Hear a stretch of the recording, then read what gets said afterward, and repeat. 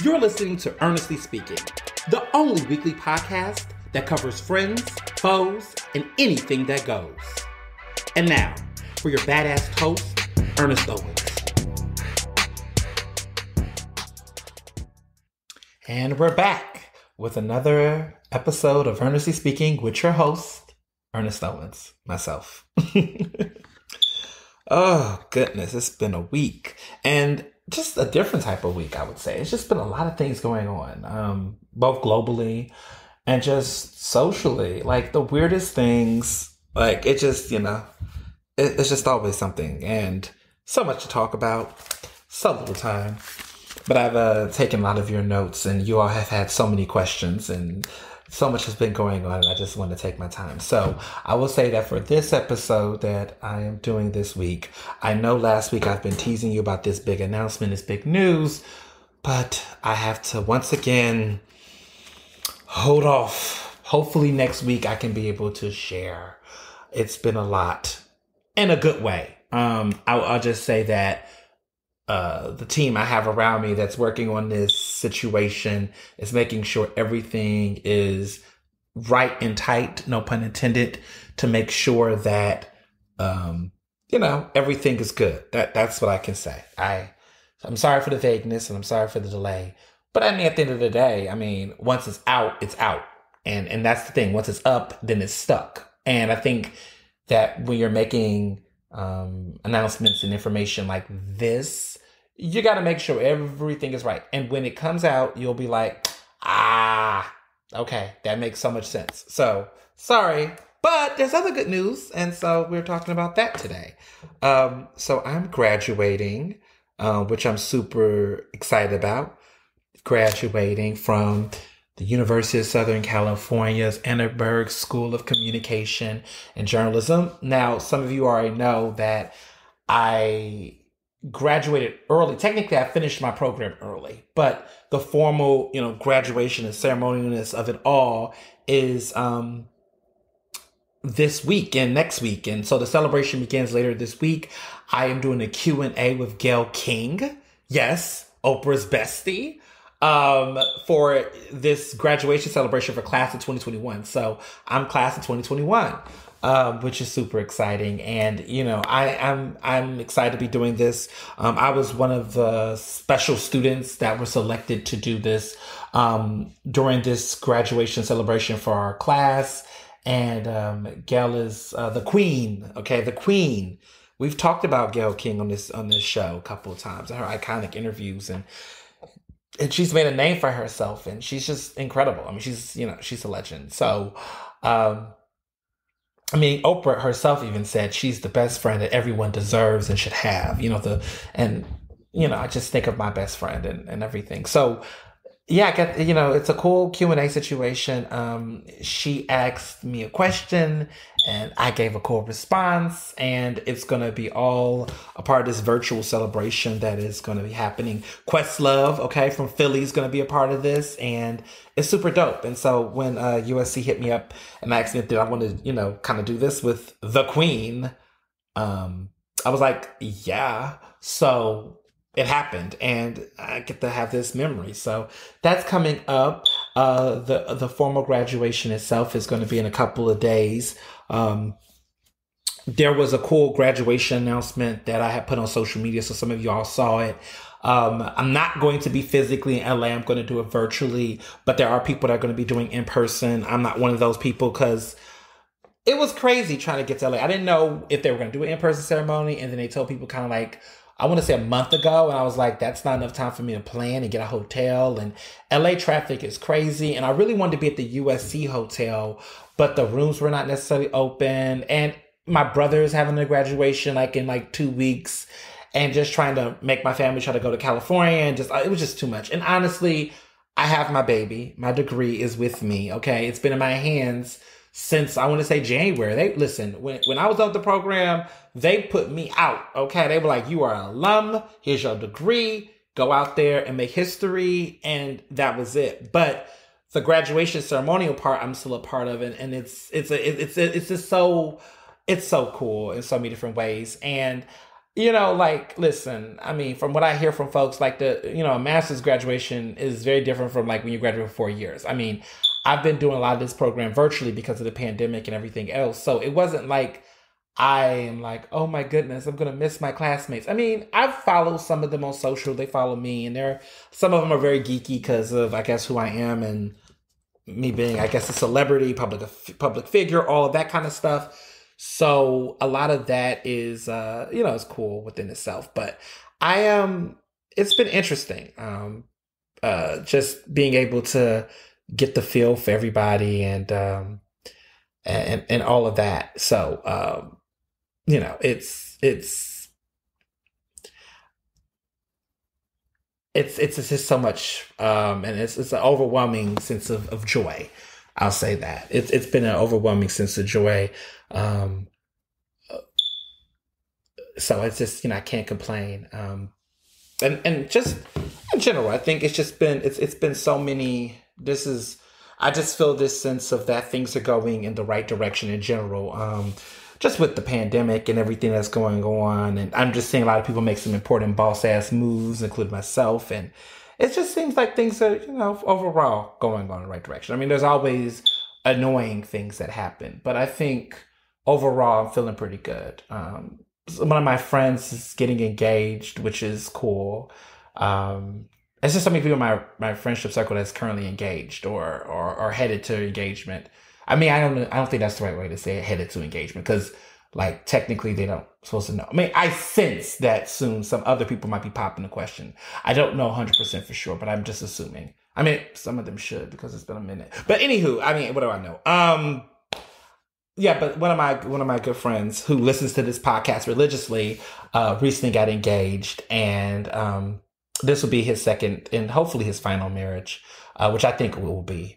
And I'm happy for him, because I think he was very much like at first not going to do it, not the engagement part, but just I think in his head he was always like thought that was it for him when he first got divorced.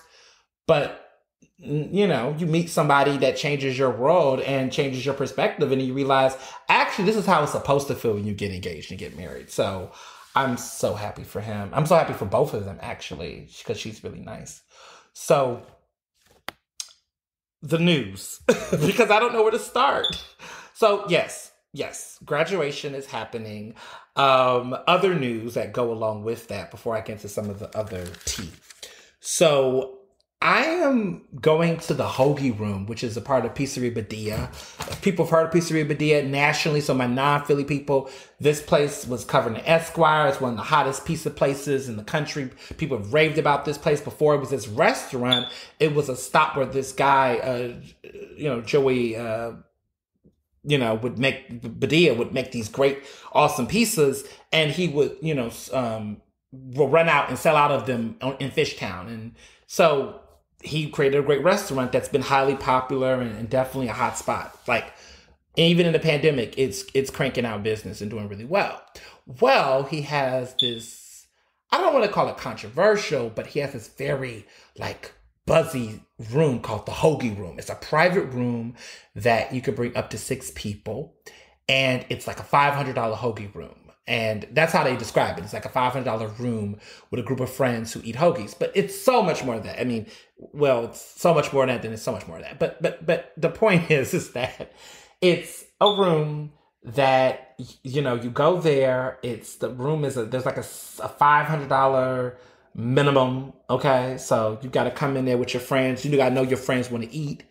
There is like a pizza alazami, like alazaki, or something like a sushi situation where there's this chef there that does these really gourmet, like over the top, incredible hoagies, and he treats the room like it's a sushi, but it's hoagies, and they slice them in a certain type of way. And then, or how they say hoagies, and they cut them up in a certain way. But then you have of course, Pizzeria Badia's signature pizzas, the soft serve. They have a first round on the house, a cocktail for everybody. I've heard it's the Negroni is what they give, but it can be different types of drinks. But they'll give a first round on them. You get the hoagies, you get the small plates, which I've heard are delectable. And let me be clear, I've been a Pizzeria Badia as a person, just for dinner, and I've had the pizza and the wine and all that. But this is like a different type of out of this world experience. It's hard to get reservations. It's hard to get it. I mean, I've had to go tooth and nail for several months to pull this off because my friends, my really close friends, know what my secret is because I had to tell somebody, but I didn't tell everybody. So I told 5 people, or 5 living, breathing people know about this, outside of myself. And that's it. That's all who knows. And many of them are not even in Philadelphia. But like about 5 living, breathing people outside of myself, of my friends know. I didn't even tell all of my friends. But it just, So we're going to have dinner at the Hoagie Room on Friday night at 8 o'clock. Let me tell you something. It is hard. It was hard. I need to give myself a pat on the back. And my friends they know what it is. Because it took a lot of me to pull this string, to get this 8 o'clock reservation on a Friday night, to get this Hoagie Room. I mean, there was days, like, listen, I was almost going to go on a Monday or Tuesday or something like that because it was so hard to get a reservation. I was going to go on a regular weekday. And I was like, that's weird to eat this much food. They tell you to come hungry. They tell you to come with an appetite because it's hoagies, it's the pizza, it's the small plates, it's the soft serve, which, let me be clear, their soft serve is not like McDonald's soft serve. Like, this soft serve is something else. I don't even know why they even call it soft serve because it's something special and out of this roof. But, it's so great. And we're popping a bottle of Dom Perignon. Okay, which, let me just say, I had to request. So this bottle was given to me by a really great friend of mine who is actually one of my mentors. And she gave this to me when I got editor at large at Philadelphia Magazine, which was like last October. And that was a great celebration. And we had dinner as a Hav. It was fabulous. But she gave me that bottle as a gift. And I said to myself, oh my goodness, like, I can't drink this right now. This is... I mean, Dom Perignon is I mean, no one drinks Cristal anymore, because those people. But Dom Perignon is not a cheap bottle. And I was just like, I would feel bad to drink this by myself. So I put a wish on that bottle. And I think I've talked about this before, but I have this tradition that I personally do in my friend circle is that I get really, really expensive bottles of champagne and I put a wish on it, a goal on it. And I say, okay, and let me be clear, these are not bottles that are like we're not doing sparkling wine. We're doing real champagne. Let's be clear. We're talking Moet. We're talking Veuve Cloquet. The fancy ones. Okay, that are like over $50. If it's under 50, child, just drink that for dinner, or drink that because you had great sex, or somebody gave you a compliment. This is bad bitch bottles only. Bad bottles only. Okay, and with these expensive bottles, I put a wish on it, like a goal or something. So I've done this a couple of times. And so, but this bottle is the most expensive bottle of champagne I've ever had in my life. Well, I had Cristal, but that was because Sierra gave me a glass of that with Future. See, I'm just, what a flex. But, but I think I talked about, so I went to the BET Awards Sidebar in 2014 and Sierra was dating Future at the time. And I was in a VIP room that I ended up getting in thanks to another really great friend and mentor. And I was in LA and I was in this room. Miley Cyrus was there with Mike Will Made It. Regina King was in that. It was a box. It was a skybox. It was like LA Live. And we was watching Outkast perform the BET Experience. A couple other clowns were there like Mark Lamont Hill. And that was when Big Boy had called him a stupid ass bitch on stage. And I was so elated. But anywho, in that room that night, Sierra was there with Future. Who else was in that box? Because I took some pictures. I got receipts. Regina King was in there. Who else was in there? Keke Palmer. Keke Palmer was there. And a couple other folks. And I was in there and I was like, quote unquote, a nobody at that time.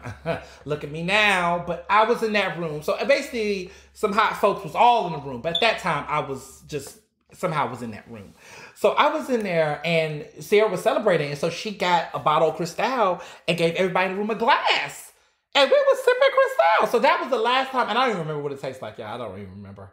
And I think I wasn't, I was a little country. Not country, but I hadn't really formulate my palate around like wine and champagne. I mean, at that point, I was just a couple of months shy of thinking Sweet Red was a great red wine. I've come a long way, people. Okay, now I have aerators and I drink red wine and I use aerators, and sweet red is like never, like it has never been purchased in my house. Moscato is just like, I mean, a dessert wine, and it just doesn't really get, I don't drink it that often. Like I'm a purebred red wine drinker. Ugh, hate white wine. Unless it's something like really, really like special, but like I drink red wine and I like to drink it dry, and I do like some sweet, but I'm a real red wine drinker now. I'm a real red wine connoisseur. Okay. But at this time, I was like Cristal, and that's all I remember. So it's been a minute, y'all. It's been a minute since this Dom Perignon that I'm popping, at this dinner, is definitely going to speak to a moment, and I think this occasion deserves this. And you all will know when it happens. But I put a wish on this bottle, and the wish came true. And so it just only makes sense that the bottle gets popped. And it's getting popped alongside with this graduation, alongside with some other super, super dope things that are coming down the pipeline. It was just the perfect time to pop this bottle. So I'm so excited. And this dinner is going to be great. And I will definitely be putting pictures on Instagram for my followers. So you all will vicariously, I guess, experience some of this celebration and joy, since we can't all be together. But I'm really excited, and it's going to be so much fun. And so I will let you all know what Dom Perignon tastes like. Money don't buy class. It could be whack, y'all. It could be whack. But let me just say, I had to say that they charging me a $30 corkage fee for this bottle. So that's how you know that Piece of Beer don't play, because I was worried. I was like, can I bring this bottle? He's like, yes, but we have a $30 corkage fee. And I was like, you know what? Okay, because I'll pay. See, now I get why people pay corkage fees, because shit, like, this is a real bottle. Like, I'm going to pay $30 to open this bottle, because like, you don't pay $30 to open a bottle barefoot. Like, $30 could get you 3, like, big ass bottles of barefoot. So you don't want to waste $30 to open a bottle of barefoot. Even though strategically, if you was opening a handle, the cost that you would pay for those bottles and that wine would technically be the equivalent, if not more. So if you was to drink other wine instead, you would be spending more money drinking a regular glass. Do y'all follow me? I know you can't talk to me. I'm just thinking in my head. Do y'all figure that logic? So, okay, so a big old handle of like cheap red wine, that will hold you in France. But you're paying $30 for it. But essentially, if you didn't have any, you wanted wine, I mean, those glasses of wine are probably like $10 a piece. Everybody's just getting one glass of wine. If it's 4 people, that's $40. That costs more than what your handle is. You get multiple glasses with that handle. But I don't think it's still worth it though, because it's kind of like you're paying $30 to drink and open a bottle barefoot. That's kind of weird. So I definitely am drinking a bottle that is 10 times the amount of what that corkage fee costs, which is why it's justified in my head. And that's the only corkage fee we're going to be open. The rest we'll just do cocktails. But anywho, I'm super excited. I can't wait. And yeah. So speaking of things, wedding updates. Wedding is coming along very fine. I am looking at some design stuff. Mr. Johnson and I have been talking about other additional things that we're going to do. Let me just say that dinner, like last week, we had dinner with his family, which we hadn't done a group dinner since a while, because normally we do Thanksgivings with his family, and then I do Christmas and holidays with my family. And so it was interesting because we haven't gotten together this much in a minute. And so we did, and we went to Maggiano's, and it was a fabulous group dinner. It was the first time we did like a big dinner like that, but we was able to we couldn't connect the tables because of restrictions during COVID was kind of weird. But we was able to have like this 2 tables across thing that worked. It was like 10 of us, but we made it happen. So let me just be clear about something that's come up. And this is what happened. So I had to uninvite a couple of people for my wedding. Um, I don't regret the decision because it wasn't a decision that I chose for myself. It was something that came on my desk, and I just had to make the decision. And it's going to go into my other topic, actually. So have been following this DA race, and you all know how I feel about this damn DA race. It's a mess. I refuse to endorse either candidate. Carlos Vega is running against incumbent Larry Krasner. They're both Democrats going against each other for the district attorney seat. And, I've had issues, about concerns about both of those candidates. I mean, Vega is being endorsed by the Fraternal Order of the Police. Krasner is getting supported by Sean King, and you know how I feel about him. I mean, there's plenty of episodes. If you don't know, go watch some of my previous episodes I did. I literally talk about Sean King and his crew and the problematic nature of him and what he's done to me and other people that have tried to hold him accountable in the public. So, not a fan. And that doesn't mean I didn't vote, because I did vote. However, I just think there's one thing to vote and there's one thing to endorse. So, for example, with Joe Biden, I know a lot of people went out and they voted for Joe Biden because they were like, fuck Trump, right? And fuck Trump all day. However, you wasn't about to see some of these people who did not want him to be the Democratic nominee go crazy, throw their panties in the air and be like, oh my God, Joe for everything. I love Uncle Joe. That was just not how it was either. And so that's how I felt about Joe Biden. I did not vote for Joe Biden. I did vote for Joe Biden, but I did not vote for Joe Biden in the primary. But I did vote for him in the general election because I was not going to vote for Trump. And I knew that I had two options. And I know there's third-party candidates, but let's be real. Unfortunately, the way the current political system is set up, two-party systems put you in this position.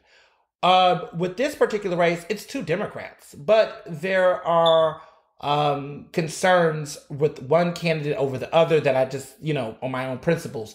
But I'm not going to disclose who that is. I think you all could probably use common sense and guess who I voted for. However, I just think to endorse that person, given their affiliations, either way, right? Because they both got trash ass affiliations. But you can guess where I stand politically on certain issues, and I've been very consistent.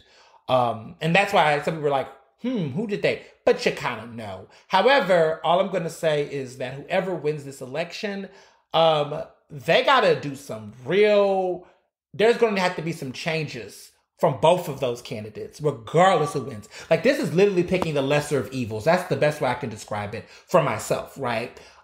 Given my relationship to both of these institutions and the people they're affiliated with, for me, it was picking the lesser of two evils. Some people like Sean King, some people like the police. Some people think neither of these issues are divisive issues. But I think at the same time, it's really important to know what's going on. And I think for myself, I know too much. And so none of these candidates to me are gold stars. None of these candidates to me are highly recommended like the Philadelphia Bar Association does, right?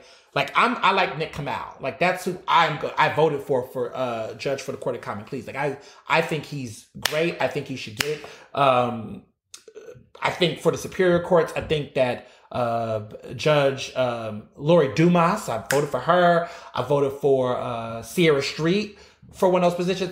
People like that. Wendy Barish, Didn't like that Wendy Barish likes Malcolm Kenyatta and supported him, but I'll let that slide. But overall, Wendy Barish deserves, Nick Kamal deserves, Yorgi, he's okay, I suppose. Yeah, whatever. But, there's a lot of people that I think did some really good work, and it's easy to endorse them. It's easy to tell people vote for them because I think that they're decent people. I think both of these candidates are just the worst of their group, right? Because they represent both polarizing sides of the issue, and it's hard to really, just throw out your support. But again, elections are about decisions, and people have to decide. And so that's happening. I'm going to be at an event with WRD. I'm going to be co-hosting a special with Ryan Boyer, who is with the laborers. They do this every election cycle. They do these really great conversations around the election, talk to candidates and all that kind of stuff. So I'm super excited about some of the stuff that's happening, and it's gonna be fun. It's gonna be fun. You know, seeing what everything is giving, and we'll see. But to the larger point, because I know you are like, okay, cut to the chase. What happened with the wedding?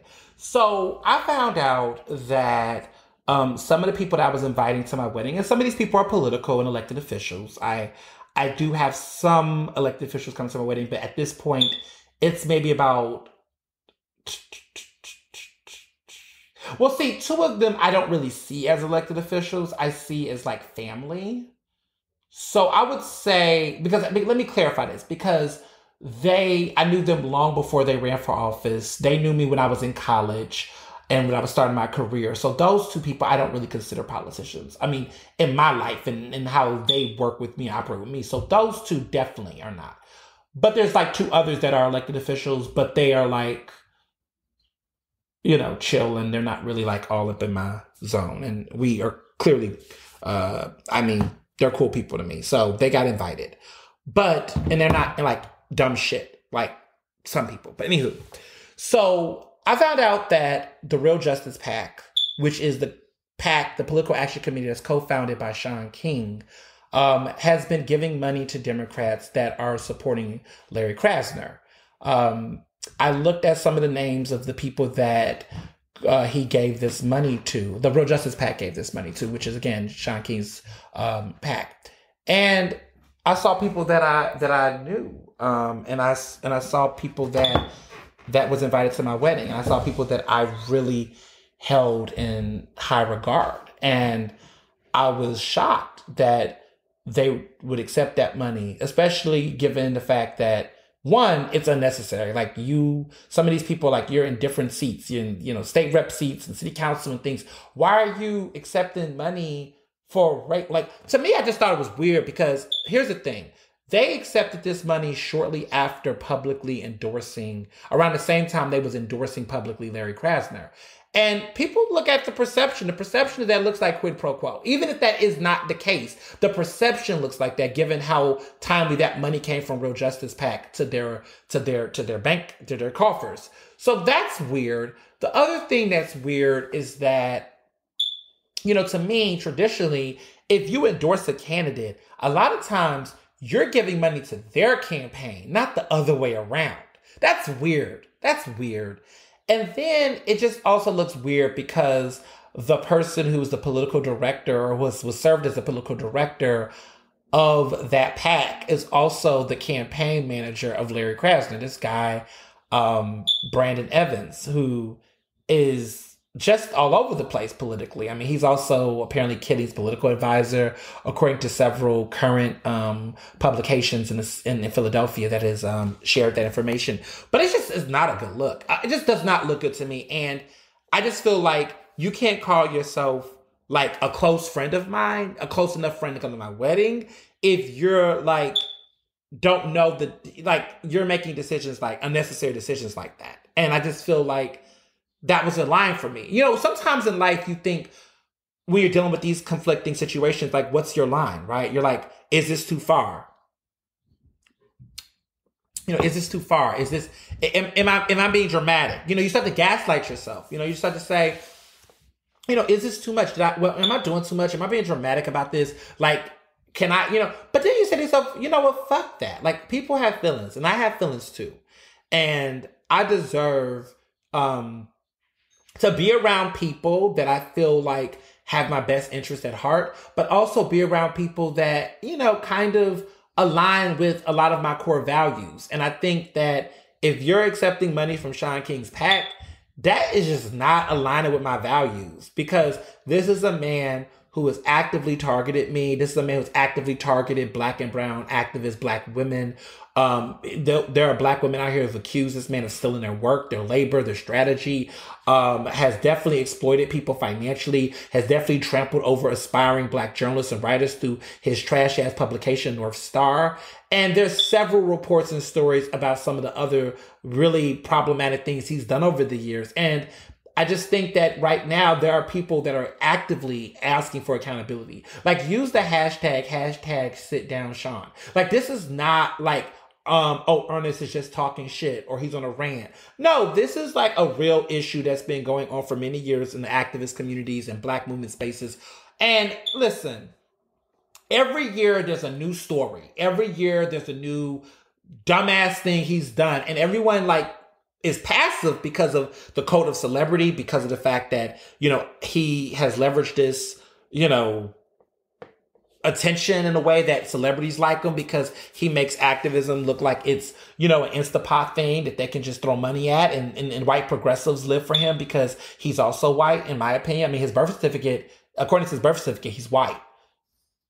I mean, his mother's white, his dad is white, according to his birth certificate. I don't believe anything this man says. I think he's a liar. And I don't trust him because I've seen him lie. I've seen him lie. I've seen him go on social media and say things about people that were not true, including myself. So I don't fuck with him. And I feel like anybody who would come to me and say to me that claims they're my friend knows this, to try to deflect and say, well, I didn't accept the money because of him, but because I like someone in his office that is his coworker. I'm sorry, but that's like saying that you support the Koch brothers because they support HBCUs. Either you know the Koch brothers are a fucking problem and you don't take that money, or you decide to be complacent and compromise. Listen, I'm not going to tell you what to do. I just feel like if I was in a position where I learned something of that nature and it was that serious and it was unnecessary, I would just give the money back. But that person and those individuals chose not to. So guess what? Stand by your shit. Own it. Take the money. Do what you got to do. But we can't act like we like close like that or tight like that. Ain't no beef, And I got to make that clear. Just because you have a falling out with somebody or disagreement with somebody doesn't mean the situation always has to be like beef. Like I'm coming for you. It's not like that. It's definitely not like that. But it definitely is I'm not going to jump up and think of you in that type of way, because you're clearly not jumping up and thinking about me in that way when you accepted money from a pig like Sean King. So, I had to make a decision. Well, once I did that, I told you I got a waiting list. Y'all thought I was playing. Listen, you see how this wedding is shaping up. I mean, we're in the countdown. October 16th is like around the corner. I think we're going to be 5 months away very soon, like 5 months away from the wedding. So listen, chop, chop, let's go. It's time. I mean, we're going to be 2 months away from the wedding shower in July. Shit is coming up. Like things are happening. Okay. This wedding is coming. And I just had to make some decisions. And listen. Like I said, I hit up some people that was on a waiting list. Some two lucky ladies got, I suppose, the call of a lifetime. I called and I asked them that they, I knew they were interested, and I knew that it was just about a matter of planning, and they jumped up for joy. So, listen, decisions, okay? Like I said earlier, elections about decisions, weddings about decisions. I need to be in the space of people that I know fuck with me 100%. So, that was that. But going into this conversation around Krasner and Carlos Vega, because clearly this election has become divisive, there is some McCarthyism happening in Philadelphia around this whole Krasner Carlos Vega situation, man. It is like peak McCarthyism going on in Philly. And it is crazy, y'all. So for people that don't know what McCarthyism is, this is a term. So I did some research because I'm doing some research for some things. I watched a really great film that I haven't seen in years. It came out in 2005. I was a young, aspiring film buff, and still a film buff. I'm a cinephile. I love cinema. And there's an Oscar-nominated film called Good Night and Good Luck that was produced by George Clooney. George Clooney's in the movie, but there's a guy named Jason Strathern who plays the legendary, iconic journalist Edward R. Murrow. And Morrow, sorry. And so Edward R. Murrow is like a CBS journalist, broadcast journalist back in the day. He's, of course, now deceased, but iconic. I mean, this guy covered everything. But he's known as being one of these major broadcast pioneers because, during the 60s, the 50s, I believe the 60s, or I think it was the 50s, yeah. McCarthyism was on the rise, the Red Scare. Basically, there was a senator named Joseph McCartney, McCarthy, and he was terrible. He was a Republican. He was a terrible conservative. He was a xenophobic, racist son of a bitch, and would do a lot of work with J. Edgar and all these other nuts, trying to like find communist activity. So I mean, he came out the Dalton Trumbo, which there's a great film biopic called Trumbo, starring, of course, Bryan Cranston, an Oscar-nominated performance. He came after Lena Horne. They came after Lena Horne, and you know, there's that horrible god awful biopic that just came out by her. But you know, our girl was in it.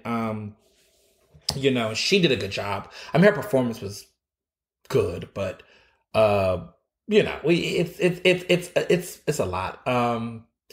So anyway, he came after a lot of people. Langston Hughes, a lot of iconic figures. Charlie Chaplin was someone targeted by this guy. But like, they had all these hearings and they were just trying to figure out if these people were communists. But he was pushing his narrative. And so it was always rumors, innuendo, speculation, gossip. And they would just target people based on any little thing or nothing at all. And they would just go through this crucifixion. And people's careers got impacted by it. I mean, Lena Horne, who's an icon, her career, you know, was impacted by this. And let me clarify this. The biopic wasn't Lena Horne. It was Billie Holiday. I'm confusing my icon. So Billie Holiday, that, you know, the U.S. versus Billie Holiday, that film, that's the film that everyone was talking about. And so it's interesting because there's been, you know,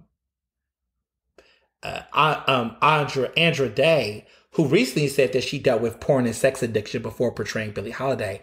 Interesting. But Andra Day was the actress who got nominated for an Oscar for playing Billie Holiday. And Billie Holiday was also targeted or speculated to be involved with communist activity. But it was a witch hunt. It was a witch hunt. And McCarthy would hold these hearings that was televised. And this is when the iconic, "Don't you have any sense of decency?" You know, that line came to question why he was consistently prosecuting people interrogating people, basically, not prosecuting, interrogating people for speculation around communism.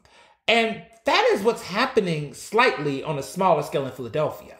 Like, it's become a thing where if you don't outright, you know, give this blind allegiance to Krasner, white progressives are like coming after people and trying to, you know, do the craziest shit. I mean, and I think it's going both ways. I don't see it happening, at least from my observation, the people I've talked to, I don't see it happening for people who support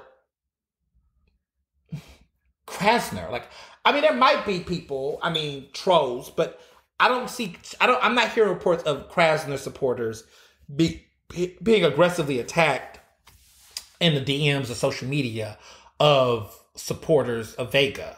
I'm not saying that it has not been happening, but it's just been interesting that even the mere speculation. So, for example, I have not endorsed Carlos Vega. I have not, and don't plan to, will not.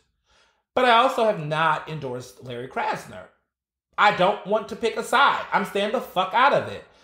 And because of that, I have been harassed by white men, okay, who claim to be progressives that are telling me about all of the things that I should consider, and that being neutral and being all these things is going to hurt my community, and that I'm aligning myself with the police state, and that what do I have to say for myself? I mean, it's just the most performative shit I've ever seen. And it's the kind of moment where you have to tell white people, you know how we got into this criminal justice injustice system? Because of you. Because of the fact that you all and your parents and the descendants and everybody in between supported three strikes rules and encouraged mass incarceration and Reaganomics, and you decided that you saw a documentary, you got quote unquote woke last year, that you decided to reinvent yourself, and now you want to now preach down black people's throats. Save that for white people. Ask white people how they should vote, because they're going to most likely determine the outcome in this election in Philadelphia. given their financial status and presence in the political system, how they fundraise and how they do. Ask them how they're going to show up to the polls. But don't ever, ever in your life think that you're going to badger a journalist, badger a black person, badger especially a black queer person in this city about these two candidates. Because from the perspective I see, both of these neoliberals are not the answer. And they're not going to be the revolution. And they're not. But there has been McCarthyism. So there was a state rep, who's actually my state rep in the 190th. His name is Amin Brown. And he had to go on social media on his Instagram account and tell people that he's not endorsing either candidate. And this all happened because he was getting harassed and threatened by a lot of white Krasner supporters. I mean, they're like the Bernie bros of Philly, but they was basically criticizing him over some old photos that had surfaced.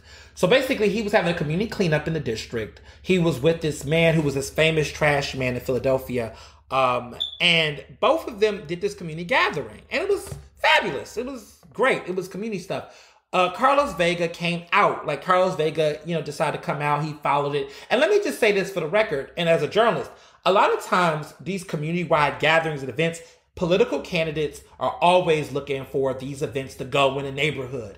And to be quite honest, politically, I mean, these are all Democrats, okay? It's not like Carlos Vegas is Donald Trump. Like Carlos Vegas is a registered Democrat. He's in the Democratic Party. So it's not uncommon to see Democrats coming into neighborhoods and supporting Democrats or anything of that nature. And honestly, sometimes it's not even an invitation to be asked. It's just like, look, people come through. People look for stuff. I mean, I have a really great, one of my best friends ever. She is working in the judicial races, and she's always looking for her candidate to show up to stuff. Take pictures, to be in the community. It's a very normal thing to do. So Vega went to this community cleanup and his team took pictures because that's what they do. Amin Brown, some of the other folks that were there, they were just like, look, who are we to make a scene, tell this person to get out of here, don't be here. Like, if you're out there to clean, if you're talking to community, you're free to do that, right? And if Krasner would have came, I would assume, State Rep Brown would have done the same thing. Krasner didn't show. He didn't go to the cleanup, but Vega did. Vega was there. Vega was picking up a shovel, doing his thing. It wasn't a crazy thing to him at that moment. So then these pictures go around and it's this, Amin Brown is supporting Vega. He's supporting mass incarceration of this community. And it was like blown out of proportion. And so they had to go on social media and they had to basically, you say, look, they're not endorsing candidates, stay out the race. People need to stop talking about pictures because a picture can say a lot of things. They, made all these clarifications. And then the other individual who was there had to proclaim that they support Krasner because of the fact that they were getting hunted and hounded. And mind you, these are two black men that's in these communities doing this work on a regular basis. It was not a stunt. They're going to be here with or without Krasner. They was already doing this community organizing work as far as engagement work as elected official. And even before they were elected officials. So it's just a lot. But that being said, this has been a pattern. And my whole thing is that if you're a white progressive that is listening to this podcast, if you are a follower, people that are doing shit like this, tell them to stop. We are not the choir. We are not the church you need to preach to. You do not need to tell me about mass incarceration. You do not need to tell me about the police state. You don't need to tell me about none of that shit. Mind yours. Mind yours. Mind yours. Please. On behalf of the other black people who are tired of this type of shit, chill. Chill. Okay? Chill. And save that energy for the white people in your family that still think it's okay to call the cops every 5 seconds. Period. So, I had to keep it 100, y'all. I'm tired. I'm tired of the bullshit, y'all. I'm tired of the bullshit. So, Now, next time we had this podcast, the election will be over. Thank God. I'm so happy the election will be over because I am tired. I am over it. Cannot wait for the election to be over. Can't wait to see what comes out of the results. And we can debrief. But I'm so happy we're like literally less than a week away from the election, because this primary has been like, even though it's like a pandemic and you would think this should be chill, it's been so annoying. But, I digress. So, let's see what's going on. Speaking of drama, Liz Cheney got the boot, y'all. So, she is no longer going to be the third highest ranking Republican. She's lost her convention leader chair seat. She's basically booted. She's done. I mean, she's still elected. She hasn't lost the election, but basically the Republicans canceled her for her refusal to lie. She had the number 3 position. She's from Wyoming. She is, yes, the daughter of Dick Cheney. Watch the movie Vice to see how much of an asshole he was, and is. He's still alive. But she had the number 3 position in the GOP conference. But she has been criticizing Trump about his lies. And she's been determined to let people know that at the end of the day, this ain't it.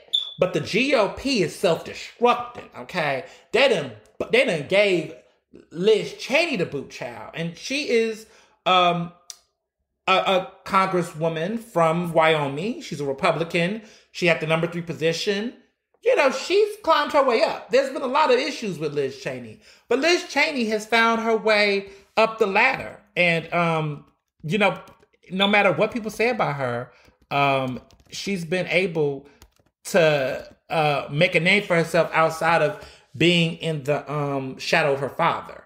So that's not easy, because we all know that Darth Vader, a.k.a. Dick Cheney, a.k.a. former vice president, okay, to George W. Bush, it was a lot. But she's been focused on a long time calling out Trump, saying that she will not stop talking about him lying. I mean, she's been going hard in the paint. Well, finally, the party turned on her and gave her the boot, and she got canceled from the seat. And most likely, people are projecting that she might lose her congressional seat when the midterms come back up, because they're coming up in 2022. Apparently, Republicans feel that her talking down about Trump, her criticizing the election, talking about the insurrection, all that stuff is going to hurt them in the midterms in 2022, which is why they're like, we got to muzzle this girl because, it is what it is. I mean, this is how they're thinking. I'm not thinking like this. I don't think like this. I'm telling you what they're thinking, because they've been very critical about how much of a liability they see her as. So they was focused on getting her out. They got her out of this chair seat. Here's the reason why I don't give a fuck about it. Liz Cheney, okay, is no friend to the progressive movement, to Black people, to Muslim people, and to everybody in between those intersections. She does not give a fuck. She has been defending birthers, okay? She said nothing when Trump was, that's right, she did. She thought it was okay not to support Trump's impeachment the first time. She showed up the second time when he tore shit up. And now she wants to sit up here and act like she's Joan of Arc and she's being on a crucifix. Girl, bye. The GOP has been faltering for, since the beginning of time. But to be fair, the real falter of them, I guess, if you really don't know when, I would say the 21st century. I feel like conservatives, let's just say, regardless of how you feel about the political systems, I know that everyone would say they were the Darthly hell, but Democrats have had their fuck-ups too. One could argue Republicans really lost their fucking mind during the countercultural movement, when there was that pivot from them not supporting the Civil Rights Act of 1964, when the Southern conservatives and all of them really pivoted. And that really was happening during the counterculture movement, a little bit before then. But that's when the Democratic Party, really like JFK and them went real full pro-civil rights movement, and conservatives, went the other way. And that was when there was a realignment. Because, we are not talking about Republicans in the era of Lincoln, the era of Frederick Douglass. Like, that's a different type of Republican, okay? We're talking about what happened 50 years ago, roughly 50 years ago. We're talking about roughly, we're about to be 60, nearly 60 years ago. God damn, time. We're talking about what happened in that moment when the party shifted, when the Democrats, or the liberal Democrats as we see them today, began to emerge, and when the conservatives as we see today began to emerge. That all happened during that Nixon-JFK clashing, okay? And then after that, you had Nixon, you had Reagan, you had Bush, the Herbert Walker Bush, then you had the trash-ass Bush, then you had Trump. It ain't been good since. So if you really want to start when the Republican Party became trash, it really started with Nixon and then all the way down. And that's been about nearly 60, that's been about roughly 60, nearly 60 years of fuckery. So that's where, in my mind, I think they went downhill. However, if you want to bring it back to like modern terms and times, the new wave of Republican fuckery started in 2000 when they cheated the election and George W. Bush became president. That's the modern era of Republican fuckery. And then people say, well, then wasn't there another realignment when they got really out of the Republican boundaries? I guess you could say it was 2008 when the first black president of the United States got elected. And when Barack Obama got elected and we saw what happened with the rise of Sarah Palin and the Tea Party, that, my friends, is when you begin to see the new era. Because that's when birtherism started to come around 2012. Trump was around 2012 talking shit. See, everybody fucking forget. See, white people forgot. Black people did not forget. We were seeing it. Okay, I encourage you to read good books. Read Game Changer, even though the guy that's around that book is a little problematic now. But read the book. The book is an education of what happened. Read Double Down, which is the sequel. Like, I read this stuff. Like, I'm a political buff, like a movie buff. I will tell you that Sarah Palin really ushered in the new wave. I mean, but look, Bush was a dumbass, okay? George W. Bush was a dumbass. Absolutely. And you would argue that some of the silliness and looseliness of him echoes to what we have now and what we've had since. But honestly, it's really Sarah Palin's emergence that changes everything. Because see, Bush reflected the country in a different way. He reflected a legislative state that was still rooted in conservative values, right? And he also kind of mirrored those values to a certain degree. Yes, he had his issues with drugs back in the day, but he was pretty much a churchgoer. He was pretty much somebody who held on to some level of a moral basis. We didn't have to agree with his moral beliefs, but he held to something. Okay, even if he was so deplorable in how he showed it in Hurricane Katrina and with that made-up war in Iraq, right? We know this. I need y'all to hold on with me with this because I get how we can go all into it. But I'm just saying, contemporary-wise, the fuckery that we saw on a whole new level, the boldness and audacity to be outwardly racist, to be outwardly, Islamophobic, right? Because see, Bush was subtle with his shit. He said, oh, it's protecting people. Like his legislative Islamophobia in the form of the Patriot Act was still being framed as patriotism. But when you get to 2008 with Sarah Palin, you start to see that Tea Party movement. Child, they was saying, fuck it. We gonna wear hooves. We gonna be all white bread. We gonna slather mayo on the whole shit. And we're gonna be as racist and white supremacist as we can be. So that really happens with Sarah Palin because the party rifts then. I mean, it really rifts. Nobody wanted to admit it, but there was a rift. Because if you, again, there's a show, okay, for those who don't like to read all the time, there is a good, film called Game Changer, and it is the biopic about Palin's vice presidential run. Julianne Moore is playing her fabulously, and it talks about the campaign and what happened behind the scenes. It's inspired by the book Game Change. It's an incredible book. Recommend you to watch this movie. It's incredible. It was a TV movie. It's on HBO Max. Please do your homework. Please watch it so we can enjoy this on social. But they really hit at the forefront of what was going on with Sarah Palin, and what you see with her and the late Senator John McCain is that McCain was like, hold up, I'm not trying to get ugly like that. I'm not trying to be Islamophobic. His policies were very much that, but he wasn't trying to go on stage and call Obama a terrorist or call Obama a Muslim. He wasn't trying to go in that direction. But they felt desperate. They felt like that's what they need to do to win. And Sarah Palin had tapped into an audience, right, where she woke up a lot of these angry ass white men across the country. Not just hillbillies. See, they keep acting like it's middle America shit. It was all across the country, okay? Sarah was getting that money for the party. And she became a rising figure because she was, quote unquote, telling it like it is. AKA, she was letting the racism out and she was uncensored. And it was so bad that the campaign was like, we got to tone this down because this rhetoric is getting wild.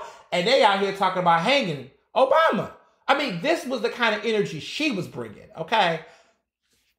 Sarah Palin was bringing the bullshit. She was wild. And she was going, quote unquote, rogue. And that was what the term going rogue meant. There's a book, and she's embraced that term, going rogue. It was a whole mantra around this far right, alt-right, quote unquote, movement. Sarah was the queen of that. Sarah really brought that fire. She brought that energy. One of the biggest advocates of that, Sarah Palin, 100%. And what happened was that as she began to push that through, the Republican Party thought that they could contain it. They was like, there's a couple of these wild ass candidates getting elected. But then 2012 happened, we get Trump, and he's not elected then, but Trump makes that hint that he's running, or, tethering the waters. But then people are like, it won't be that bad. I mean, could he do it? But let's just be clear. Sarah Palin walked so Trump can run. She laid the platform. He steals from her playbook. Y'all give Trump too much motherfucking credit. He ain't wrote a book in his life. The Art of the Deal wasn't even written by him. He had a ghostwriter. Sarah Palin laid the playbook. She was a woman, so sexism hurt her. And she was a little ahead of her time, right? Because clearly people want Obama. But when Obama got elected, that opened the door for her to lay down that ground. And you see, it could have happened in 12, but the country was not ready because, again, Obama was in office. Plus, Mitt Romney was a Mormon, and I think that's why he didn't win. Because there was still that. Like, Republican Party was still trying to hold on to this respectability around their conservatives. But they were losing, and they lost to Obama. So then 2016 comes, and that opens the door. Republicans say they need a game change. And the game change was Trump. And they played the same play that they did with Palin, because at that time, they thought the play was, we need a minority, quote unquote. We need a marginalized person to back this shit up, to cover our asses so we don't look like sexists. So that was the play. But then the new play became, oh shit, we need a rich ass racist that's going to stroke the flames. We've already had a black man. We need a rich white man. And he's going against the woman. So they blamed McCain's loss on the fact that Sarah Palin was a woman rather than on the fact that Obama was just a better candidate. They played the card game. And they said, okay, if Hillary's going, this country's more sexist than they are racist. And that was the card. Because that was the same card in a different way. This country was willing to vote for a black man before they elected a white woman. It wasn't because they thought she was dumb. Because they ended up voting for Trump. What was the difference between Sarah Palin and Trump? Gender and money. It was gender and money. And so that was what gave him the advantage. And also Hillary was just not as popular as Obama. I mean, she just doesn't have the swag. I mean, they should have known in 2008 when she ran for the primary. I mean, that should have been Hillary's off the rip. Like, Hillary had already been a senator. She had already had, Clinton was still popular back then. She should have won that. But Obama was, Obama. And we ain't seen anything like it. I don't know if we'll see anything like it again. Who knows? But that was a different type of energy, child. That was like, who want that smoke? That's like when LeBron came to the league. It was like, shit. You couldn't do nothing about that. So, Liz been in the shit for a minute. Liz been knowing what the shit's been. And Liz ain't said nothing until it got something for her. Now she want to pop off. Like, Liz, bye, girl. Bye. Bye. And that's enough about Liz. All right. So there's been a lot of shit just falling downtown in Hollywood. Okay, Ellen DeGeneres is not doing her show anymore. She says after the 2022 season, she is officially going to basically no longer do the show Ellen. So it'll be its 19th season will be its final season, which is after this season because this season's been trash. The ratings have been slipping. There's been a lot of speculation just about, what she's going to do and how she's going to, show up. And she says she wants something that's going to challenge her. Girl, get the fuck out of here. You know you lying, okay? You're lying. The ratings are going down. Your reputation has been diminished because of the allegations of a toxic workplace. People look at you as the queen of mean, an ice queen. It's just been enough of you in general. You've been doing this show for, as long as, damn, have done it longer. Fuck. I've been 11. I think I was 11 or something when that show came out, like 11 or 12. Ellen been on the TV long, y'all. She been on the show on TV for nearly 20 years. Ellen's been on TV for a minute. So I ain't even gonna shade her like that, but Ellen's been on TV for a hot minute. Just saying. So it's been interesting to see this happen because I just remember back in the day, look at me back in the day, I remember when Ellen used to be like the safest person in Hollywood to put on TV. Like, if you ever, remember she was doing an American Express commercial job? I mean, she was doing everything. I mean, she went from being hated because she was gay to being like the number one white woman that they put on everything. Like, anytime you want, like, Ellen was hosting the Oscars. So, when you hosting the Oscars, you done made it. She's got hella Emmys. I mean, she got the Carol Burnett Lifetime Achievement Award or whatever at the Golden Globes right before her career went crazy. That was last year. I mean, she's been going through it. I mean, it's been interesting to see this downpour. I mean, she did Finding Nemo, then she did the other one, and it was a box office success. I mean, when Ellen was hot, Ellen was on fire. I mean, there's been no one that's been on daytime TV that damn long next to Oprah. Oprah's been on, was on that damn long. I mean, these are numbers, okay? She was the daytime queen right after Oprah. Like, she took the throne right after Oprah as far as, that slot. But shit. They say Steve Wilkos and Rachel Ray and Kelly Clarkson, other folks are having higher ratings than her now. Like, she up there with Steve Wilkos. That's Jerry Springer's old security guard who still got a show. I remember watching that show when I was little. Look, Steve Wilkos. Listen, don't come for Steve Wilkos. Okay, Steve Wilkos looked like he whooped somebody's ass. Tall dude. I remember he was on the show. He used to be chill, but on his show, y'all need to watch some daytime TV in your life. There's still some good daytime TV. I mean, Judge Judy's still doing her thing with the ponytail now. Maury is still Maury. Y'all know how I feel about my fellow Penn alum. Maury is still Maury. Who else got a show? I mean, y'all like Kelly Clarkson's show. I mean, it's okay. I guess it's better than that Drew Barrymore shit. And I don't even watch Ellen like that anymore. I was just always over it because I just felt like Ellen's show was corny.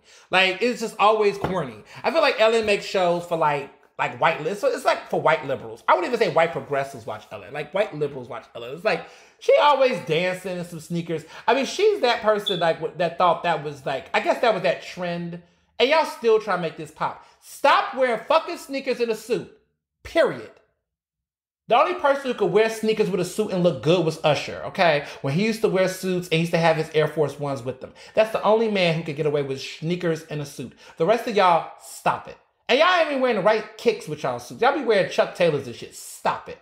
I be seeing people get married wearing sneakers. I say, if you don't, listen, you best believe. Right now, I'm debating between a Ferragamo and a Louboutin for what I'm going to wear to my damn wedding as far as shoes. Step it up, man. For real. Step it up. But anyway, there was, she had the little dancing, the black DJ doing the little dance. I mean, she was just doing the most. I mean, it's just corny. It's corny. And now the show about to be done, so that's over. Bless her heart. Golden Globes. So we've been talking about the Golden Globes lately, all the stuff that's been going on with them and their drama. And Golden Globes have just, the racism, just all these issues. I can't keep up with their drama, but all I know is that Netflix NBC is no longer televising the Golden Globes. So they don't even have a home right now, y'all. And y'all know I love movies. I love, just award shows. And let's be clear, the Golden Globes has always been a hot mess, and it was a hot mess this year. So I'm not really like super crazy about it going away, but it was still a fun award show. But it's not fun that you find out like only one black person was on the Golden Globes, like the Hollywood Foreign Press Association, which are the people that do the Golden Globes. It was only one black person. The fuck? So I don't think it was any black people. I don't remember. It's just. And then you start hearing the stories about like all the bribes and all the fancy shit they was getting. Like, remember we kept wondering like why was Emily in Paris nominated? Even though I heard that the ratings showed that Emily in Paris was like the hottest comedy on Netflix. Apparently, y'all really did like Emily in Paris. But apparently, Emily in Paris' people was sending them out on trips to France and giving them nice hotel rooms and stuff. Like the industry was just giving bribes. Try to convince the Academy to nominate a girl. Whether she won or not, they need the nominations because the nominations help buzz up the shows and listen, when a show gets nominated for an Emmy, an Oscar, or a movie gets nominated for a Grammy, or a play gets nominated for a Tony, that does change perception around people's interest in watching it. I mean, let's not kid ourselves. After the Oscars, a lot of those movies, Nomadland got a bump, a bunch of these other movies got bumps based on their Oscar wins and their buzz. The Father did. There's movies I was like, oh, I didn't see that. I need to go watch that. Like The Sound of Metal, which is a very great film. A lot of movies got bumps based off of their wins. Soul did apparently. So yeah, you just never know what goes down. But all that being said, like I said before, these award shows, I don't know. Amazon is pulling out apparently too. People are just not here for it right now. Even Warner is saying they're not supporting them right now because of the stuff that's been going on. So I don't even know. Maybe the Golden Globes might get canceled, y'all. I don't know. Interesting. Speaking of things that should be canceled, Gwyneth fucking Paltrow. So I'm not even gonna give her too much energy. I'm just not, because there's only so many things I can say about Gwyneth Paltrow.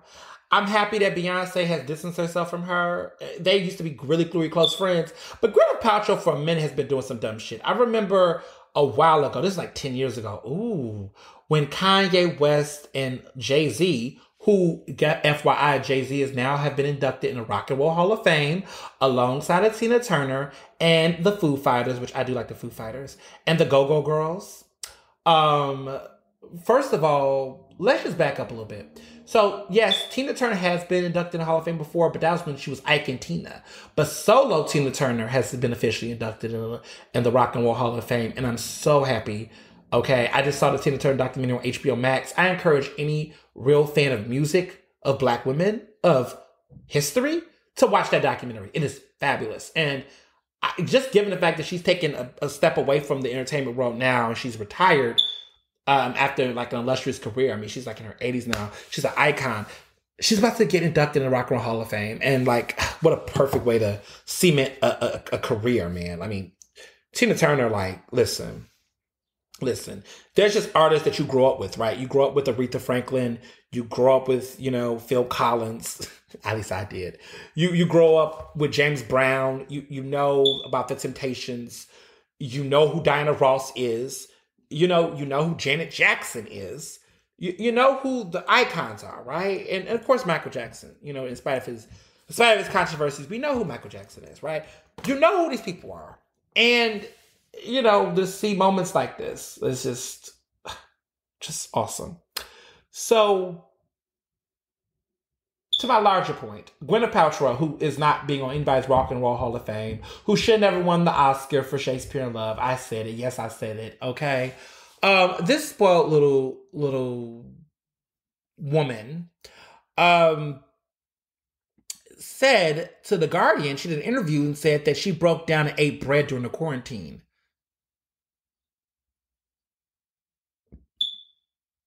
That was like her lowest point during the pandemic. There are things you just keep to yourself. There's just things you should keep to yourself. I mean, The Guardian, the publication said, "What was your lowest point?" I'm looking like, I don't know. People losing their lives, friends getting COVID, folks having, panic attacks and anxiety around their jobs and parenting and relationships. Tons of death. People scared to get vaccinations. People getting vaccinations. People scared to get adverse reactions. Racial uprisings. Yeah. Not eating fucking bread.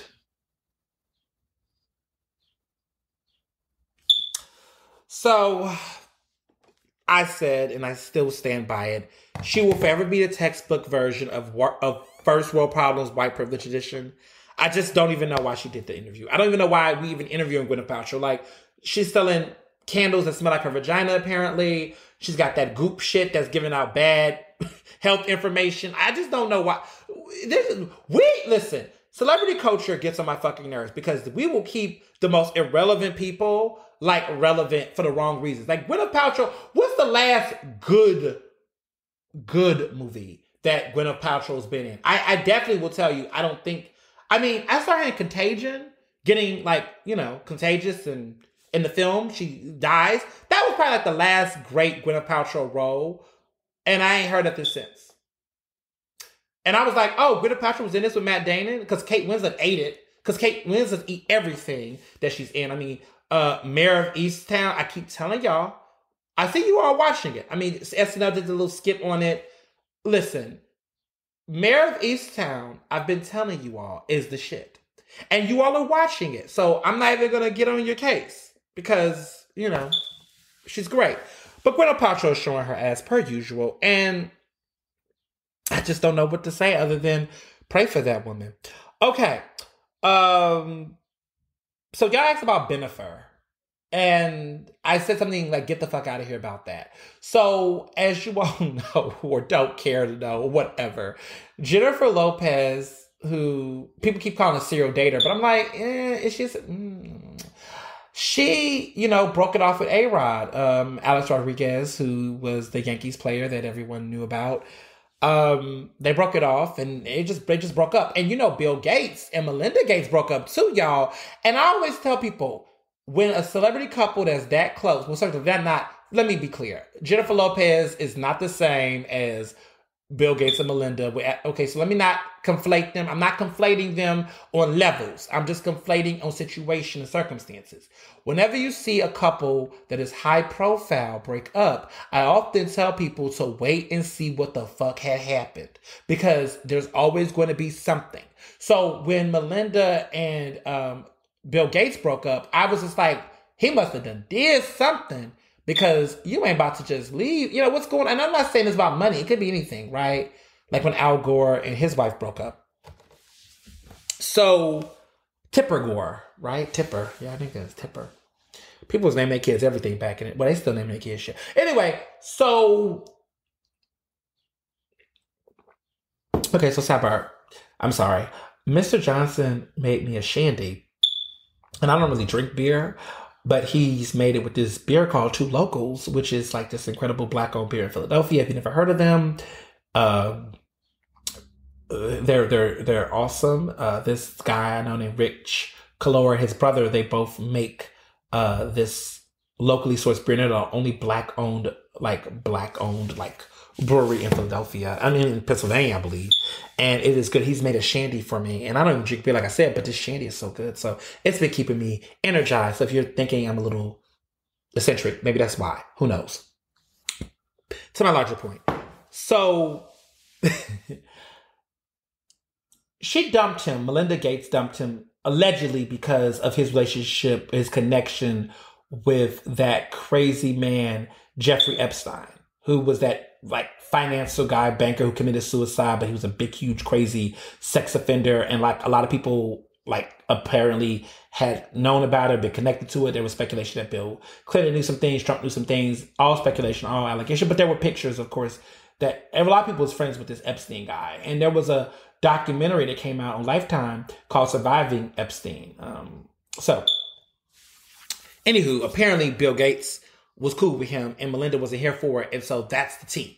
Now, the tea now is that Jennifer Lopez is talking to Ben Affleck, which she dated like 17 years ago they was together. They did a movie in 2003 called Geely, which was god-awful. Al Pacino was in it. Christopher Walken was in it. It was like some mafia, and it was Ben Affleck and her in it. And it was like some mafia, like love story type, Romeo and Juliet type of film. And Ben Affleck was trying to put on this Italian mafia energy with this badass hair that didn't look good on him. Like it was like a pompadour or something. And then, Jennifer Lopez was like giving bad girl energy. I don't know what the fuck the movie was about, but I just remember being how bad it was. I remember the critics had panned it. And back then I was like 12. So I used to watch, when I was little, Roger and Ebert used to still do the show. They used to do their review. I used to watch it when I was younger on a Saturday afternoon, and they would just review films.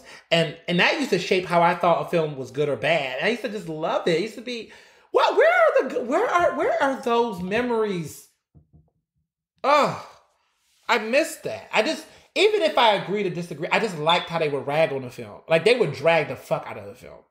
And even though they were like two old white men, they knew they had some style. They had good taste. I mean, they knew when a movie was really good and when a movie was just not, and they could describe it for you, and they would just trash a movie. And then it would say, they would give it something. They'll say, okay, it's a thumbs up, moderately, or a thumbs down. Or sometimes they would disagree.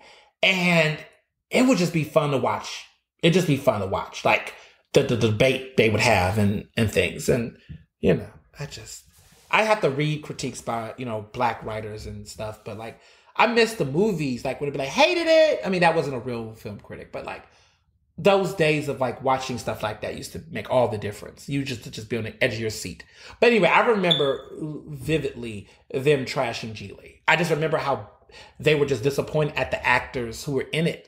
They were shocked that Al Pacino was in it. They were shocked that Christopher Walken, both of them are Oscar winners, decided to do this film with Ben Affleck and Jennifer Lopez. I mean, they trashed it. So, anyway, somehow they've rekindled their relationship. They're in love with each other again. The love is there. And that this didn't fall from the motherfucking sky. Let's just keep it 100. You already know this didn't fall from the sky. Okay? You all know this shit was hot. This shit must have had happened. And that's a red flag for me. That she was acting like she didn't know what was going on. But you know what I'm saying? A little weird to me. My opinion. But it's just was you talking to him during A-Rod? Because see, when the timelines get slippery, it gets slippery. Speaking of timelines getting slippery, because this is just some real shit. Portia Williams. Okay. So I talked briefly about Portia in the past, about how she was on this whole activism, rebranding, thanks to the annoying work of Tamika Mallory, who has a new book coming out. Not going to name the book, and really not even going to shout the book out because she's just problematic. She probably somewhere looking to sell a Cadillac right now, so I'm not even going to be bothered. But anywho, Portia was, is on Real Housewives of Atlanta. People watch the show. I don't keep up with it. I loosely know of the show, but it's getting problematic. They're about to put Phaedra back on the show, even allegedly, because even though Phaedra had accused Candy of rape, and she lied. And that's why she was given a book the first time. Now they bring her back on the show. I would act like I should be disappointed. But then again, and it is a messed up situation. And not to compare what I'm about to say, but people just be tolerating all kind of bullshit. Like the fact that, we just had verses with, Escape versus SWV. And the fact that they let Tiny, which we talked about on the show, Tiny out here with her husband allegedly. Over 20 girls have accused them of some level of trafficking and sexual abuse and drugging and all this shit. And she up there on the show she ain't been accused. Everybody's trying to act like this shit normal. And I was just so shocked by that because I'm looking at Candy, this ain't a good look. But no one said anything. And people on Twitter was live tweeting they didn't know, it wasn't a big deal. I'm looking so we're just going to ignore this. But we was all on Twitter talking about R. Kelly, about Bill Cosby, as we should have, okay? but y'all gonna act like this ain't nothing to be raising your eyebrows and your eyelids about. Like, it's the half-assness for me. But I had called a couple people out on Twitter. Some people got in their feelings. Some people were saying some things. Look, I stand by what I did and what I said. I think it's hypocritical as fuck. I think that given the opportunity, this could have been a moment we could have used our social media platforms to say something about it. And I think that, thank goodness some people did, but I just think this is why people don't come forward about these types of things. I mean, it's not like it was one allegation or something in the gossip blogs. I mean, this was a New York Times story. There's a lawyer involved. They're trying to pursue criminal convictions and arrests. I mean, this is serious. Like, this is just not going to just go away. And the fact that she's able to roam on TV and get a coin and get benefit and get buzz and try to go on her little fake ass, image repair, it's just kind of messed up. And like the fact that people could have said something, who had these platforms did not say anything, was just very disappointing. There were people who did, right? There's people like Feminista Jones, Leslie Mack, other folks who did say something. Drew Dixon, who was one of the women survivors of that disgusting ass Russell Simmons, complimented me on my tweets about it. And, I appreciated her. And she is, in that documentary, about Russell Simmons' transgressions. And it's just interesting that people have not said nothing. So the film is called On the Record, and it's on HBO Max. So if you don't know a lot about what went down with Russell Simmons and some of the allegations by multiple women of the sexual assault, it's in HBO Max, and it's huge. I mean, I watched it, and he's terrible. But Drew Dixon was the former Def Jam Records executive. So let's be very clear. Drew Dixon had a huge career in the industry. I mean, she did some of the biggest soundtracks of the 90s in black music. She's worked with Babyface. She's worked with everybody. I mean, a lot of people know her. Okay, she did work on the Boomerang soundtrack. She did the Def Jam comedy. I think some of the specials. I mean, and if she was out now, she would have been a CEO. But these were the earlier era of hip hop, the sexism, the misogyny, and that shit still exists now. But I just think that she was definitely ahead of her time, a pioneer, and did a lot of great work. And she talks about how Russell Simmons sexually harassed her and assaulted her and raped her in her own house at one point, or just somewhere. I think she went to his house, or he came over, something of that nature. But it was very detailed, straight trigger warning. It's just a lot that happened on that documentary. So watch it if you want to know more. But it is for those who are victims, survivors. Just take my word for it. Like, he ain't shit. More than a dozen women have accused him of sexual misconduct. And I say all to say that this motherfucker also popped up on Versus 2 weeks ago, a couple weeks with the Red Man Method Man situation. He popped up as a guest in the virtual or something. I'm just like, why are we, like, what is going on? Like, what is going on, hip hop? What is going on, y'all? Like, how are we, like, letting folks, dibble and dabble into the shit? Like, how are we just letting people decide to pop in and pop? It's just, it's a lot. But I think that people are placing nostalgia and their desire for music over that of stand up for victims. And I also think that in many ways, a lot of people get caught up on this whole notion about,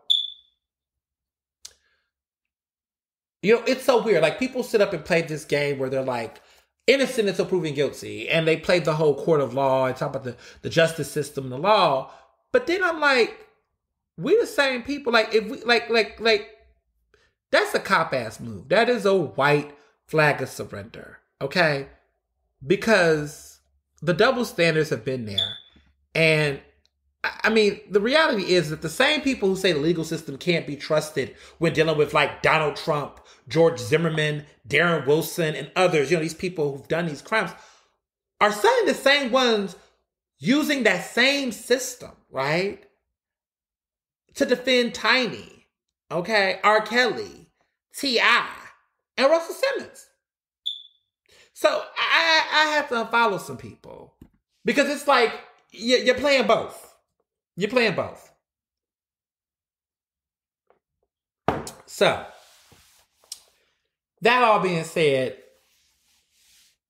Portia is apparently, well, not even apparently, she has come public stating that she is getting married or engaged to a man who just recently, as recent as April, got in a divorce, officiated divorce with his ex-wife. The ex-wife is a woman that she was on the show with, who she was cool with, she was in her house with, and she's now about to get engaged. Well, she's now engaged to this woman's husband.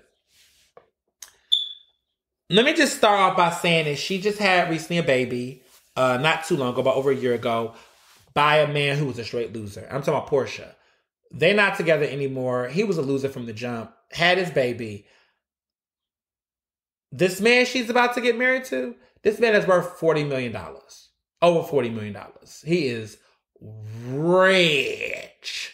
He is wealthy. She doesn't have to work a day in her fucking life. If that's what she's with him for. But that being said, this quick marriage, this whole situation, it's just like, looking at him, he's not attractive. But that money must be attractive. I mean, looking at Portia, looking at him, like, I don't see it. But listen, she's used to that life. I mean, she was previously married to Cordell. You know, the football player. Now she done got someone else. Why do I care? I didn't care until I saw Nene Leakes in the comments saying something along the lines of love wins or love is love and shit like that. I'm sorry. Love wins. Love is love. Those are terms that is by the LGBTQIA community. Y'all need to give those words the fuck back. Stop using those words ASAP. I need you to stop using them. Cut it out. Ain't no love wins. This woman is basically a mistress. This woman basically was taking another woman's husband and basically slided up in it. You think that a relationship could start within a small frame of time and then it overlap with other marriage? You about to get engaged to this man? Fuck out of here. You ain't fooling nobody. Get the fuck out of here with that. Okay? No one's dumb. Just like no one's dumb about Jennifer Lopez and Ben Affleck. Clearly there was some shit going on before she left A-Rod, or it was about to get there. I mean, come on. People are so dumb. You think, listen, the history of mistresses becoming wives to previous lovers, and I don't give a fuck what the Associated Press said, it's bullshit. So, just wanted to put that down there. Just wanted to say that for the record. Okay? Just want to put that there. Because y'all trying it. Okay.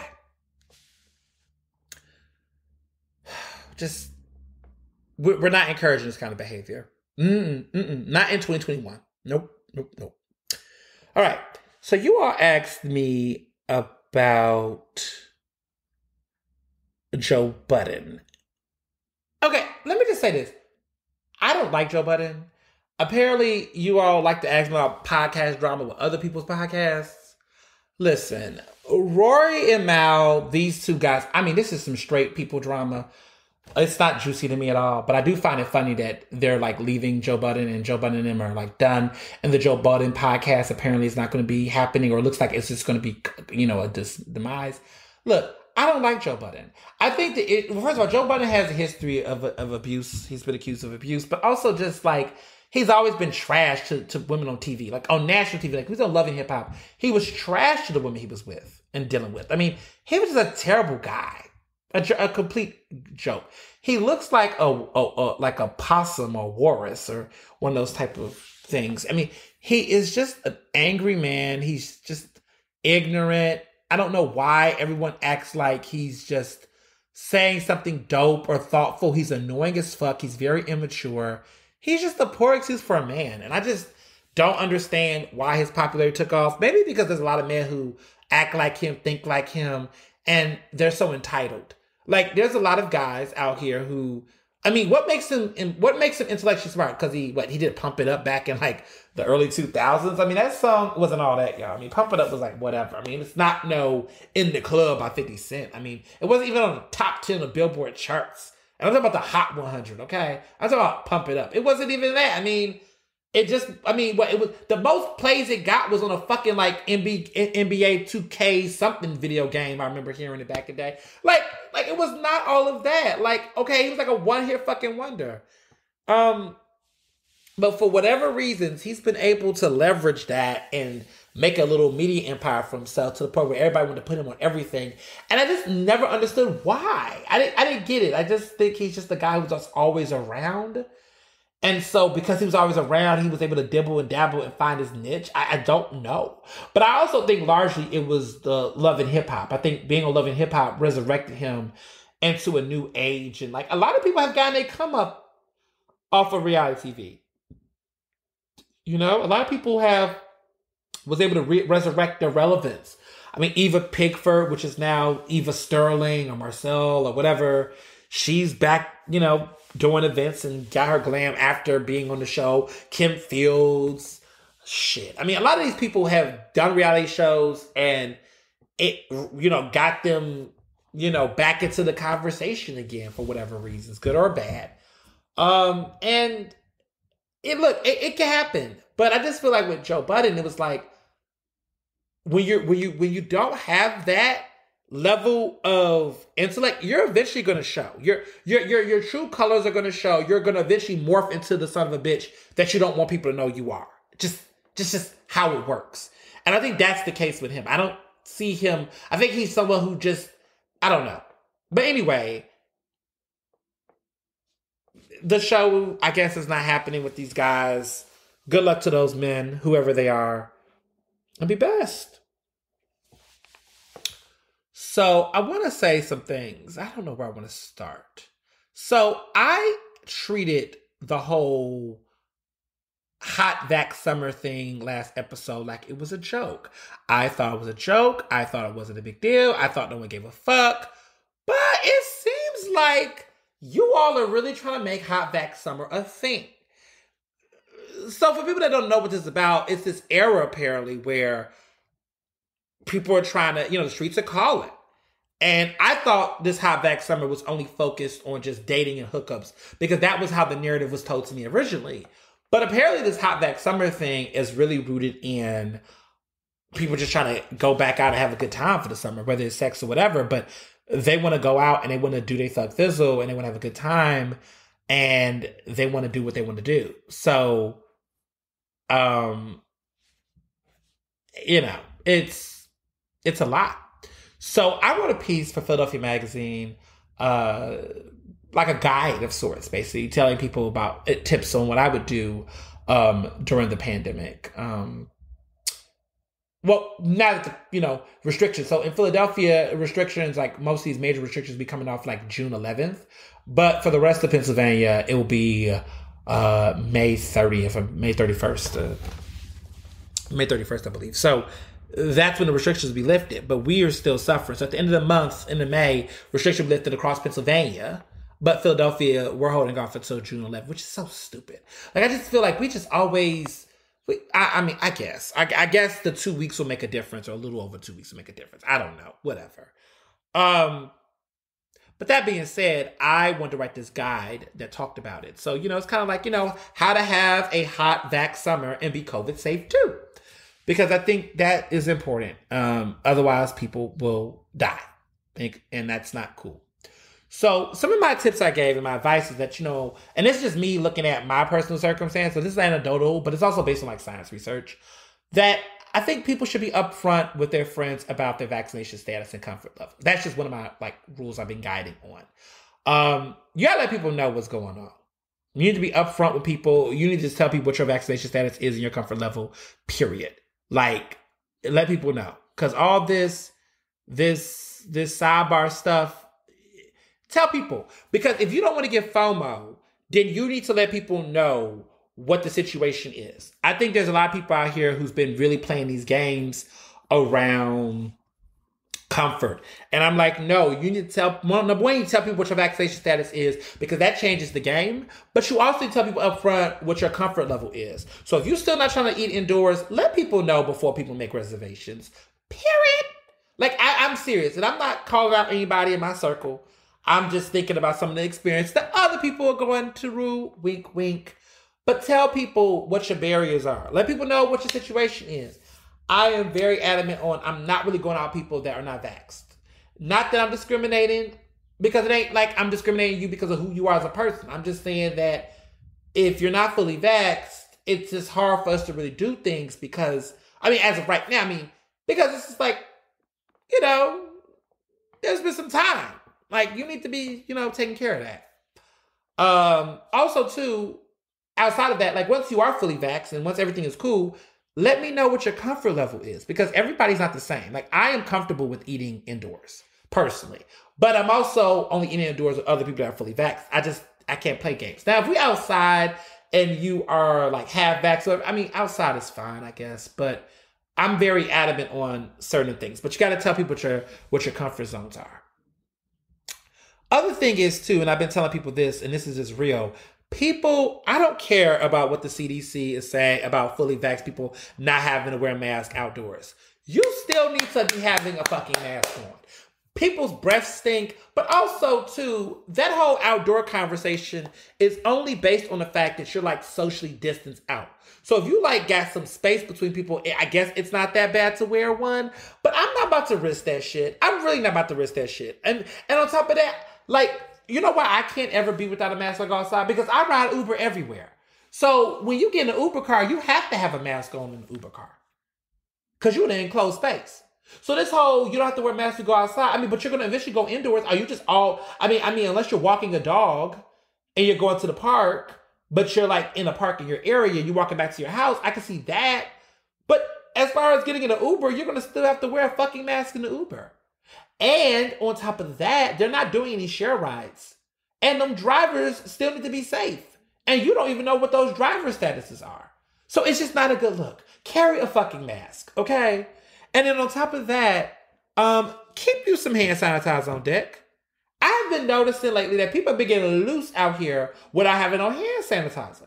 I'm going to dinner tables and gatherings and events, and people are talking and, coughing in their mouth and all this kind of little stuff. And I'm like, excuse me, but where's your hand sanitizer? Where your wet wipes?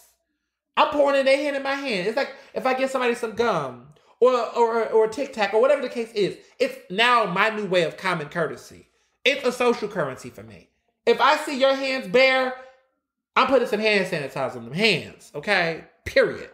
About to put some hand sanitizer in my hands now. Germix come through. What's up? So, yeah, I've been seeing people get a little loose with the lack of hand sanitizer. You need to keep that on your person. If you got a cell phone, then you need to have hand sanitizer. Because y'all know cell phones are dirty as shit. So, I'm big on that. The other thing that's important to me is avoiding large crowds. Okay? I can't tell you how many people are out here pressed about, this whole thing around, I want to go to these music festivals. There's apparently music festivals coming back out again. Folks want to go to crowds. Listen, I'm telling you right now, avoid the crowds. Avoid the crowds. Because people are going to be sniffing, touching. First of all, public crowds, I don't know those people. Them strangers to me. I don't know what their situation looking like. That just looks like germs to me. That looks like coughing, touching, sneezing, scratching your butt. I don't know what is going on, but I'm avoiding crowds. I'm still avoiding crowds.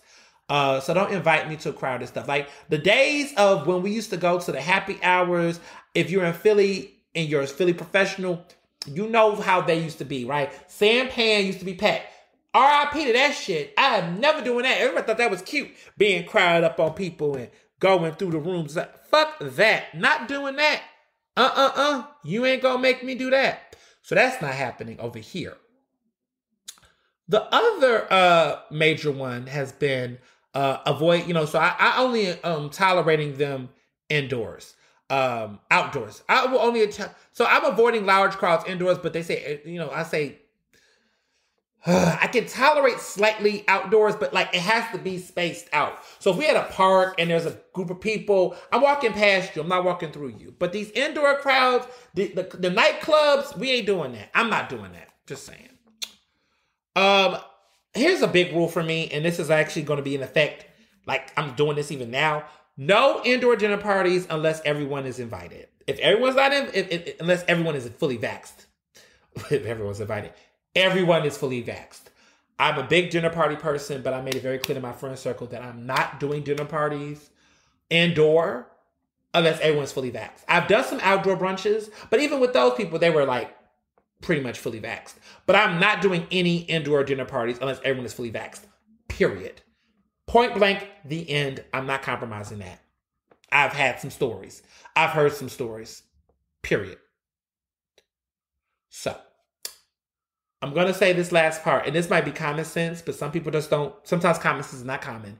If you are under the weather, please do not go out. I'm sorry. We're not making this risk. It should be a no-brainer, but you know what? I'm not even going to question it. If you got a sniffle or a cough, if you cough in a public space during a pandemic, people are going to panic. If you are under the weather, just stay home. Just stay home. Don't make other people start to look at you crazy if you start sniffling and coughing. Even if you don't, because I'm not a doctor. I don't know. I'm not going to prescribe you or diagnose you, but just it's just not a good vibe. It's just not a good vibe. Stay home. And even if you're not giving COVID, you might give the flu. You might give something else. Stay home. Stay home. Okay. Rant over on that. So lastly, because it's just my pet peeve of the week, but not really a pet peeve, but just thinking about when my announcement comes, when my moment comes, when I can reveal this secret, it just hit me that there's been this trend, and I've noticed it for a while, and some of you all probably know about it too. Is this trend where people do this whole, a bit of news, some personal news. So guys, I did a thing. Don't be that person. Don't be that person. Don't be that person. I mean, there's some great conversations happening on social media right now about Black people and this modesty and this humility thing that's happening. And it's something about the fact that for whatever reasons, there's been this trend just in general of people like downplaying major fucking milestones and success. I don't give a fuck what y'all think about it or call me cocky, whatever. Fuck that. If I'm making motherfucking history, that shit's gonna be in all caps. I'm gonna be excited because that's how the fuck I feel. I don't know why people do this thing where they're like, a bit of news, some news. And it's like, what are you doing? You sound stupid. You know, I don't like when writers do this thing where they say, so I wrote a thing.